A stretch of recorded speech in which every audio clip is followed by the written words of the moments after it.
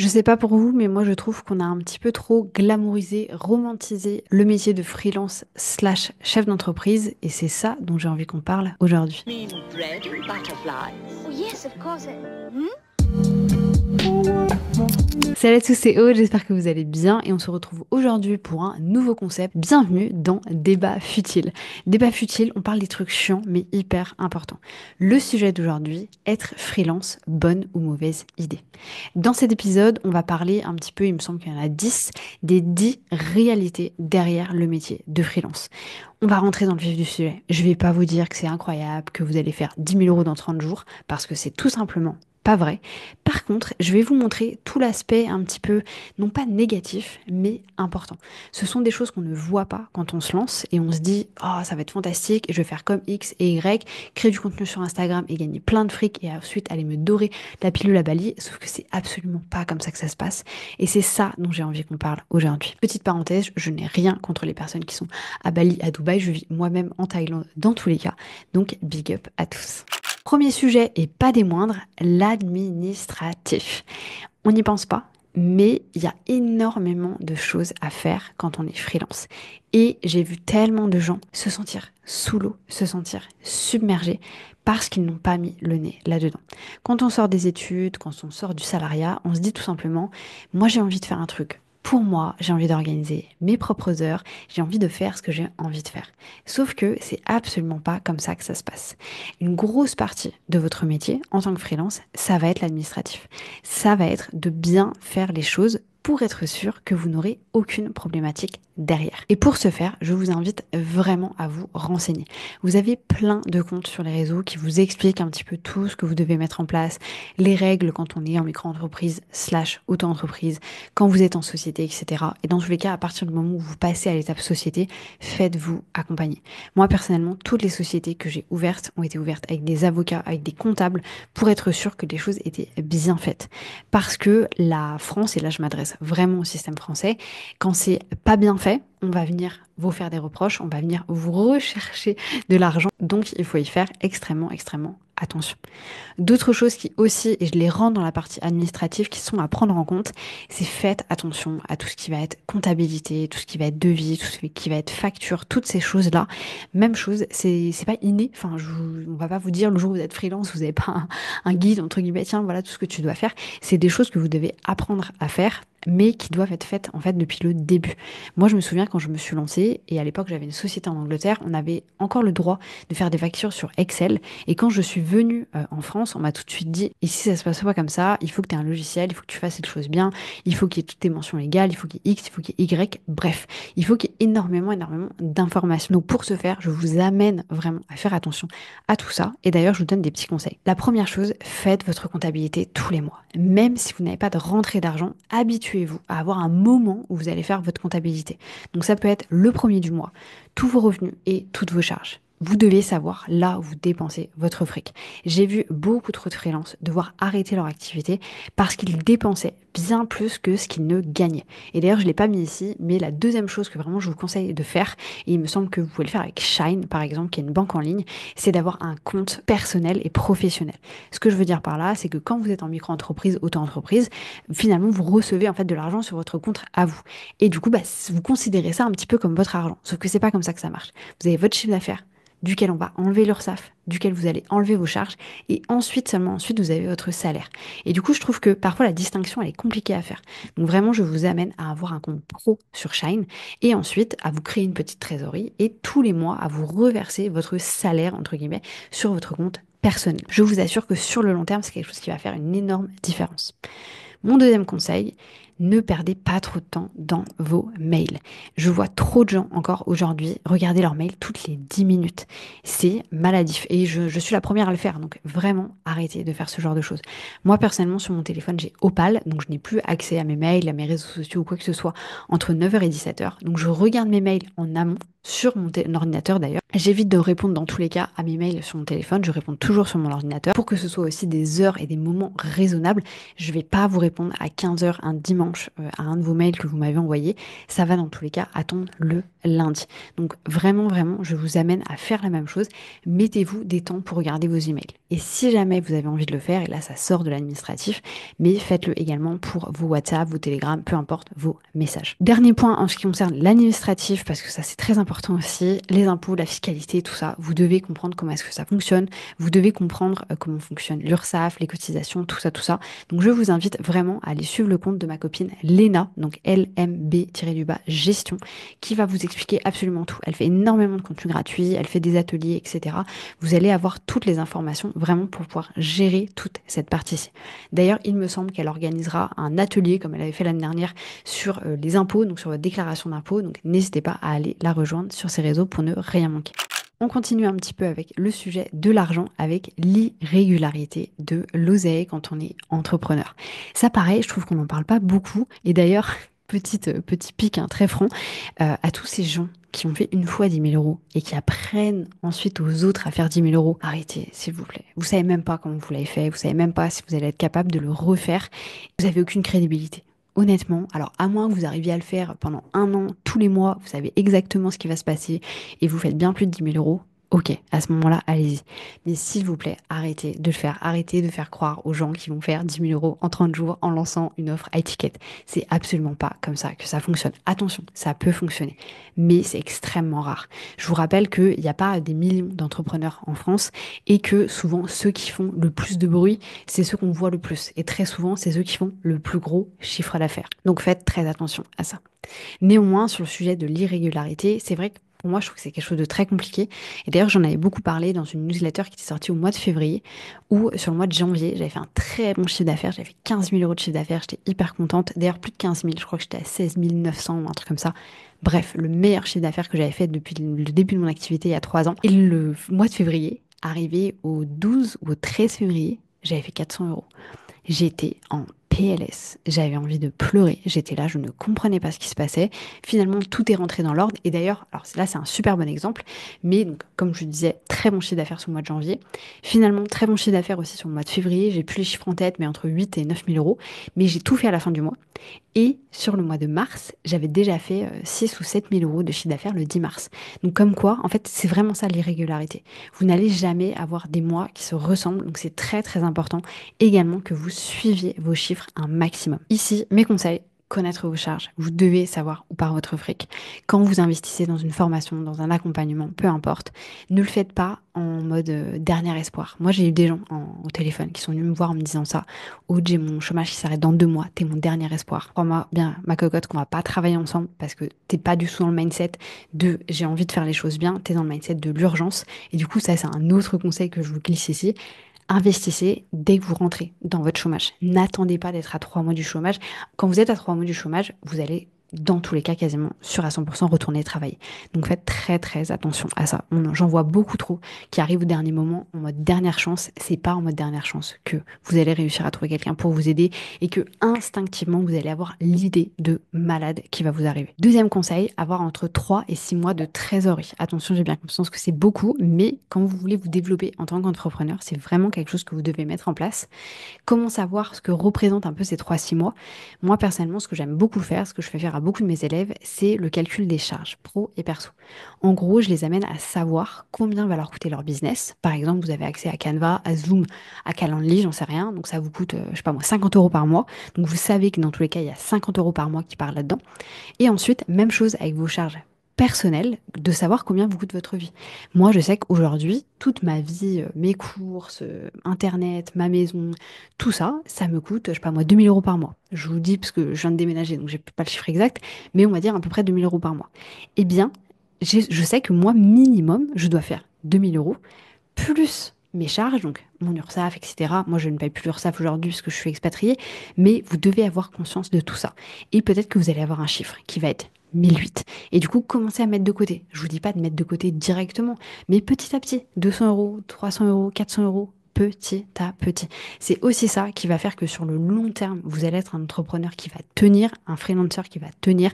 C'est parce que vous avez la capacité de prendre des décisions, de faire les choses avec régularité et tout simplement d'être raisonnable. Parce que oui, il faut prendre des risques pour être entrepreneur et freelancer, mais il faut aussi savoir être raisonnable. Et donc du coup, dernière chose, calculez vos dépenses. Ne dépensez pas, si vous avez fait un mois à 2000 euros, n'allez pas dépenser 1500 euros dans une formation le mois d'après. C'est pas comme ça que ça fonctionne. Soyez réaliste par rapport à la situation dans laquelle vous êtes également et choisissez bien aussi, j'ai envie de dire, les projets sur lesquels vous mettez justement en termes de formation, d'accompagnement, etc.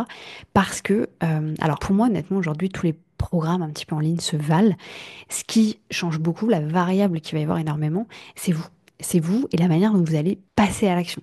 En fait, aujourd'hui, on a beaucoup de programmes qui ont été faits de manière à ce que les gens ont besoin d'être autonomes, sauf que peu de personnes sont autonomes. Beaucoup de gens ont besoin un petit peu de se faire taper sur les doigts, entre guillemets, et faites attention à ça. Et vraiment, concentrez-vous sur les actions qui vont vraiment vous mener jusqu'à votre projet. D'ailleurs, on en parle dans la vidéo de la semaine prochaine où je vais vous expliquer comment est-ce que je vais passer de 38 heures à 25 heures de travail par semaine. Troisième sujet dont on ne parle pas assez, les clients qui payent en retard, voire les clients d'ailleurs qui ne payent pas du tout. Je vais être honnête avec vous, c'est pas un truc qui m'est beaucoup arrivé.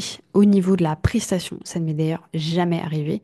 Au niveau de mes formations, j'ai eu quelques retards, stop de paiement, mais honnêtement, ça se compte sur les doigts de la main, ou peut-être maintenant sur les doigts de deux mains par rapport au, je sais plus combien j'ai fait de ventes, mais je sais pas, entre tous mes produits, on est peut-être entre 500, 600, 700 transactions, je ne sais même pas pour être honnête avec vous. Mais voilà, j'ai eu très très peu de problèmes de remboursement, de gens qui ne payaient pas, mais ça arrive, surtout quand on est freelancer et qu'on fait de la prestation de service. Donc déjà, on ne fait pas de la prestation de service sans demander un acompte. C'est essentiel. Ça peut être 20%, 25%, 30%. Moi, personnellement, je demande 50% d'acompte, justement parce que j'ai envie de me surprotéger vis-à-vis de ça. Et c'est important de le faire. Et encore une fois, c'est une question de posture. C'est le positionnement que vous allez avoir. Si vous vous positionnez en tant que ouais, je te fais le travail et tu me payeras après, ça va être compliqué. Par contre, après, ça va dans les deux sens. C'est-à-dire que si vous demandez aux gens de vous payer en amont également, vous devez être capable, dans votre mindset, de le faire aussi. C'est-à-dire que si quelqu'un vous dit, OK, par contre, c'est 1000 euros et tu me payes 500 euros maintenant, si vous vous dites, ah bah non, attends, moi je paye une fois que la transaction a été faite, ça va dans le même sens. C'est un peu le karma, si vous voulez. Mes conseils ici, protégez-vous. Genre vraiment, enfin du coup, ayez des CGV en fait en béton vis-à-vis de ça pour être sûr de ne pas avoir de problème par la suite. D'ailleurs, vos CGV, elles sont faites bah, du coup pour votre prestation de service ou vos produits, etc. Ce genre de choses. Moi personnellement, j'ai des CGV qui sont aussi faites pour toute la partie automatisée, c'est-à-dire toutes les templates. Je vous donne un exemple. Aujourd'hui, vous achetez une de mes templates Notion. D'ailleurs, n'hésitez pas, vous avez le Master Notion à 99 euros dans la légende si vous le souhaitez. Eh bien, il n'y a pas de remboursement là-dessus. Parce qu'en réalité, le template, une fois que vous l'avez récupéré sur votre ordinateur, moi, je peux pas le récupérer. C'est pas comme une formation, je peux vous couper les accès. Du coup, il n'y a pas de remboursement sur ce genre de choses. Donc, vous devez aussi avoir la capacité de vous protéger par rapport à ça. Donc, faites des CGV qui sont logiques et qui vous protègent vraiment à 100%. N'allez pas too much non plus, mais faites des CGV qui vous protègent. Demandez des paiements en acompte, ça c'est sûr. Et en fait, ce que vous pouvez faire, c'est quand vous envoyez le devis, vous précisez bien qu'un acompte de 20, 25, 30% à hauteur de X, du coup avec le prix, doit être payé en amont du coup du commencement du travail. Donc une fois que le cahier des charges a été fait, vous pouvez dire ok, le cahier des charges est validé. Par contre, moi je commencerai à travailler une fois le premier paiement fait. Ça vous assurera aussi de ne pas avoir des problèmes comme celui-ci. Et d'ailleurs, pour tous ceux qui, par exemple, comme moi, un fonds des tunnels de vente, etc., ce genre de choses, si jamais vous avez envie de vous protéger, créez les tunnels sur vos espaces et donnez les accès à votre client pour qu'il puisse voir, pour qu'il puisse avancer sur les textes, etc. Mais ne leur donnez pas les accès complets. Et tant que le paiement en totalité n'a pas été fait, vous pouvez leur retirer les accès également si vous le souhaitez. Je vous dis ça parce que je parle d'expérience, non pas pour moi, mais pour d'autres personnes avec qui j'ai pu travailler, qui sont retrouvées à faire des tunnels de vente à 2500 euros sur les espaces de leurs clients. Et finalement, qu'est-ce que le client fait? Il vous enlève de leur espace et il ne paye jamais. Donc faites également attention à ça. Et dernier conseil également, savoir dire non. Je sais que c'est dur parce que, et même moi je suis dans cette situation-là, hein, quand on a des opportunités, on ne sait pas dire non parce qu'on se dit, mais j'ai pas envie de dire non parce que j'ai envie de faire du fric, parce qu'il y a toujours cette sensation de vouloir plus. Mais méfiez-vous, quand il y a un doute, il n'y a pas de doute.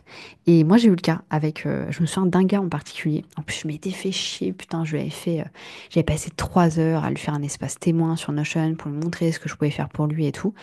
On était sur un devis qui n'était pas très haut, entre guillemets, il y avait énormément de taf, hein. On était quand même sur du, je crois, 1200, 1500 euros. J'ai jamais pu entendre parler de lui. Je lui ai envoyé son devis, il ne m'a jamais répondu. Et ça, par exemple, alors je vous l'ai pas mis ici, mais ça pourrait partir dans l'administratif.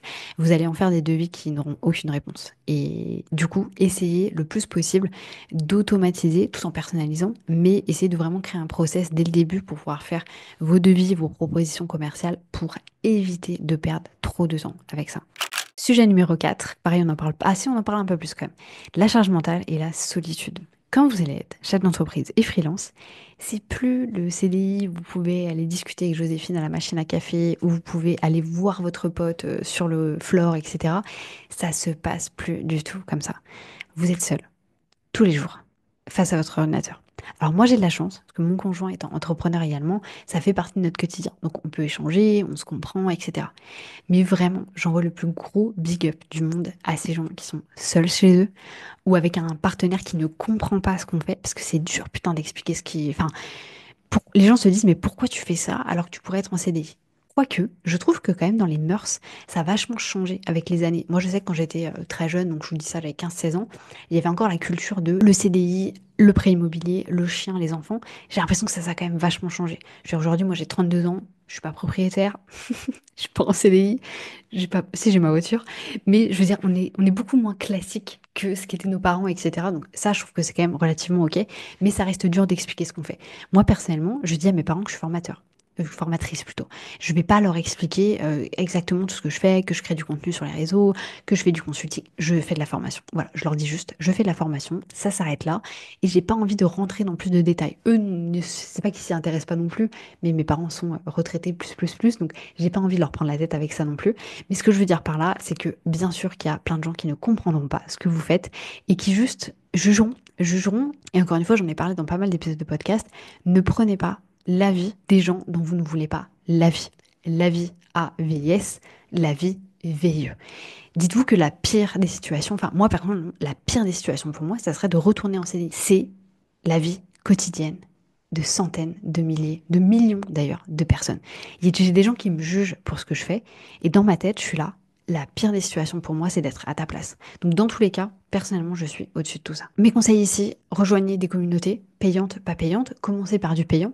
Faites-vous des business friends et après cassez-vous si vous en avez envie, mais rejoignez des communautés. Je vous jure que de pouvoir échanger avec des gens qui vivent la même chose que vous, de pouvoir vous plaindre avec certaines personnes, de pouvoir vous comparer avec des personnes aussi avec lesquelles ça a du sens. Encore une fois, la comparaison, elle n'est pas que négative, hein, elle peut aussi vous tirer vers le haut, être très positive, mais vraiment, rejoignez des communautés payantes. Faites-vous des business friends. Attention, les business friends, c'est dans les deux sens. J'ai échangé avec énormément d'entre vous il y a quelques temps de ça, parce que j'ai fait une story sur le sujet. D'ailleurs, si vous ne me suivez pas sur Instagram, qu'est-ce que vous faites? Mais où je disais que justement, bah, moi j'avais des business friends, qu'on se tirait vers le haut, etc., ce genre de choses, et qu'on était, alors on n'est pas tout au même niveau, mais on n'est vraiment pas très loin l'une des autres. On est à quelques... au niveau chiffre d'affaires, dizaines de milliers d'euros de différence. Et ce que je veux dire par là, c'est qu'on se tire vers le haut. Et en fait, j'ai plein de gens qui sont venus me dire, ah ouais, mais moi, du coup, j'essaie d'avoir des business friends, mais bon, ça va que dans un sens. Ou alors, bah, elles sont vraiment au-dessus de moi. Du coup, bah, moi, je peux pas les aider et elles peuvent m'aider. Enfin, elles m'aident énormément, mais du coup, je peux pas leur rendre, etc.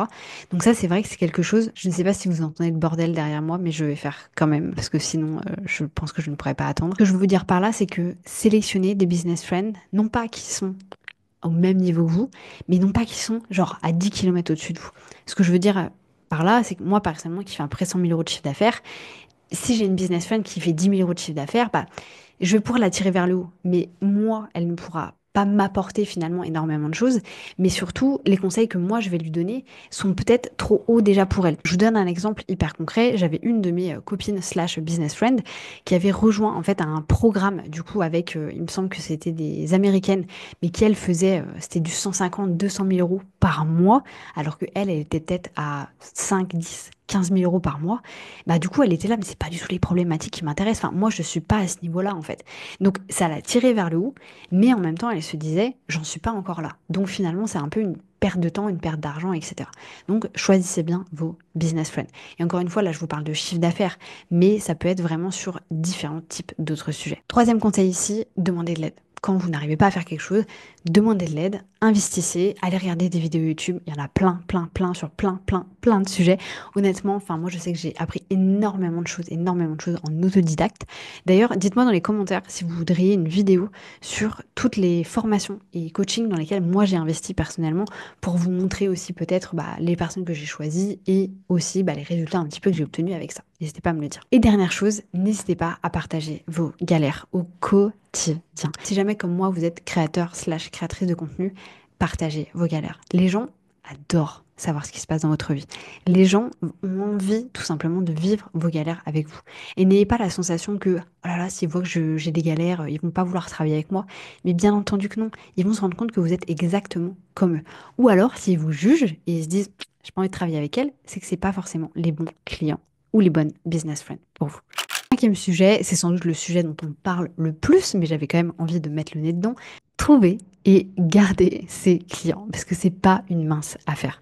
Je vais pas rentrer énormément dans le détail par rapport à ça, mais on le sait, ne perdez pas de temps avec un logo, avec un compte Instagram, avec une identité visuelle, avec tout ça, tant que vous n'avez pas trouvé vos premiers clients, défini votre offre et juste testé de quoi vous êtes capable.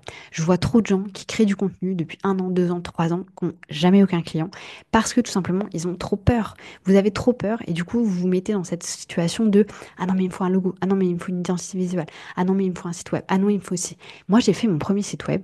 Aujourd'hui, toutes les offres qui sont dessus sont complètement obsolètes parce que je l'ai fait beaucoup trop tôt. Petite parenthèse là-dessus, je ne vous conseille pas du tout de faire un site web. Moi, personnellement, j'avais gagné un site web. Et au final, j'aurais dû... alors, je l'ai fait faire parce que c'était gratuit, entre guillemets, mais j'aurais pas dû le faire parce que honnêtement, toutes mes offres avaient changé et j'étais même pas alignée avec ce que j'avais envie de faire à l'époque, donc ça n'avait aucun sens. Mes conseils ici, du coup, rejoignez Get Change Done, ça c'est sûr. Avoir un système d'acquisition, que ce soit publicité, création de contenu, prospection, mais ayez un système d'acquisition et allez-y à fond. Prenez vos premiers clients, testez, fidélisez et ensuite continuez à builder petit à petit. Fidélisez bien entendu. Un client satisfait, déjà c'est votre meilleure publicité, mais surtout un client satisfait peut racheter. Moi je dois avoir entre 30 et 40% des gens qui rachètent chez moi. C'est-à-dire qu'ils ont acheté une première offre, ils rachètent une deuxième, une troisième, une quatrième, une cinquième. Donc ça c'est aussi créé par rapport à mon écosystème d'offres. J'ai beaucoup d'offres qui ne se mordent pas la queue, qui sont vraiment sur mes différentes thématiques, mais vous pouvez énormément fidéliser vos clients. C'est très important. Mais surtout, une fois que vous avez vendu, et alors ça, vraiment, je crois que je ferai un épisode, enfin une vidéo dédiée à ça, mais une fois que vous avez vendu, c'est pas terminé. Maintenant, il va falloir délivrer. Et en fait, ça, je trouve qu'aujourd'hui, c'est un peu la problématique qu'on a sur les réseaux, c'est qu'on a beaucoup de gens qui vendent énormément, mais ensuite qui sont incapables de délivrer. Donc, qui ont des clients qui sont pas satisfaits. Alors attention, vous aurez toujours des clients qui sont pas satisfaits. Vous aurez toujours des clients qui s'attendaient à quelque chose et qui, au final, n'ont pas obtenu ce qu'ils voulaient. Mais à côté de ça, en fait, si vous avez un ratio de 10-90, ça va. Si c'est dans l'autre sens, vous avez 90% des gens pas contents et 10% des gens contents, c'est là que vous avez un problème. Et bien entendu, comme je vous l'ai dit, un client satisfait, c'est la meilleure des publicités. Donc plus vous allez avoir de clients satisfaits, plus vous allez avoir de recommandations. Et d'ailleurs, au niveau des systèmes d'acquisition, vous pourriez aussi travailler énormément sur la recommandation. Moi, personnellement, je pense que 99%, voire 100% des gens qui sont venus avec moi en consulting individuel viennent de la recommandation. Réalité numéro 6, hélas, l'équilibre vie pro, vie perso. Ça pareil, on en parle, on n'en parle pas assez. On en parle, mais sans en parler. Mais qu'on se le dise, on n'a pas de vie personnelle. Moi, j'ai quitté, alors non, parce que avec Decat, je travaille quand même beaucoup, mais on pourrait dire que j'ai quitté un 9h, 5h de l'après-midi pour un 24h sur 24, 7 jours sur 7. Je discutais avec je sais plus qui, et on parlait de la vidéo que Andy Ella avait fait avec son conjoint, où son mec disait, quand j'ai rencontré les premiers entrepreneurs en gros que j'ai rencontrés, je me posais la question de comment ils s'organisaient et quel type d'activité ils faisaient, et en gros quel type de travail ils faisaient au quotidien.